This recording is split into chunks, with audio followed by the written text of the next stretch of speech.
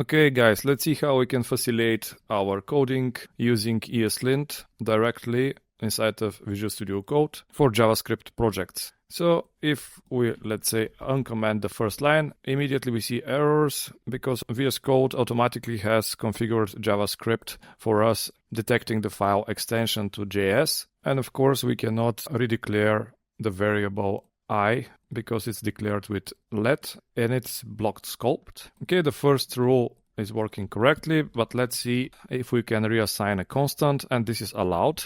In order to use ESLint, first we'll set up our project, so I'll type npm init, and I'll use just the defaults. Now this should have created package.json file where we have certain dependencies and dev dependencies. And the next thing we would like to do is to initialize the ESLint package. We are offered with certain options. We'll like to check the syntax and find problems. Then we'll use JavaScript modules and no frameworks. And the project doesn't use TypeScript. We'll be running it in browser, and we'll install the following extensions directly into our project. We'll use npm. This creates certain entries inside of the dev dependencies of the project, as well as configuration for ESLint. We can also install globally with npm install -g ESLint to have it at disposal for the command prompt. And we can execute ESLint to check our index.js file. So let's do this now. And as you can see, now it checks correctly that j is constant and it's assigned a value but never used. And that's very nice. So let's extend a little bit our config here with a sample configuration object. I'll just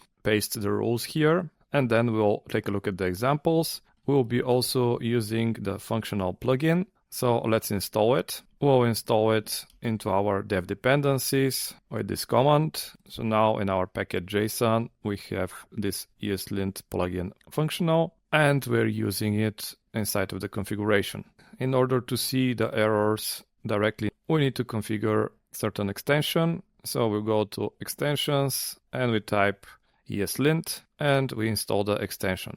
After it's installed, we can go and configure it. Inside of the .vscode folder, we go to settings and JSON, and we try to validate JavaScript as well as TypeScript. If you don't need those, you can remove them. Also, we have added option to act on save and fix the errors, as well as to run the linter while we type. After having those changes, we can restart VS Code. Okay, the editor is restarted, but we see no changes. Let's debug the issue, index.js. And from the errors, we see that we haven't included plugin functional in our imports. So here on top, I'll import it from ESLint plugin functional. We save. And now if we go to our index, we see here automatically the changes are being reflected. So this is a nice way to see if your configuration is correct with npx ESLint. All right, let's go to the next example. We are defining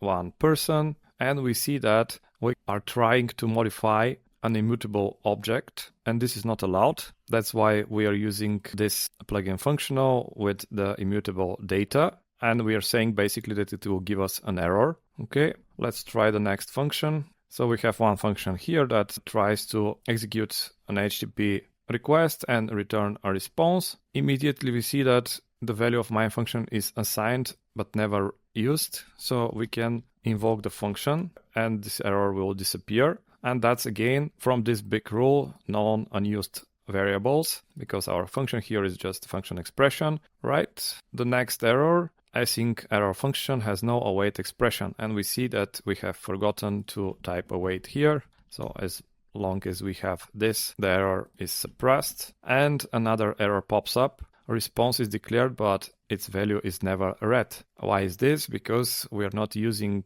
the response constant. So very easily we can just use one console log. And this error is actually again coming from no unused vars rule. If we go back and let's just uncomment the first line, and then also we'll use the variable with a simple console log I. No matter that we're using the variable, we see an error here. Let's see what it is. I is never reassigned, use const instead. This means that we need to type here const and it will disappear. In the configuration, we see prefer const with error, and this is the rule that is triggering this change. Another very good practice. Okay, the function is ready. Let's move to the next rule. So let's uncomment it. We have an array, and then we're trying to map through the array and multiply the numbers. In reality, often we're forgetting to return the resulting array, which will fill our resulting array with undefined values.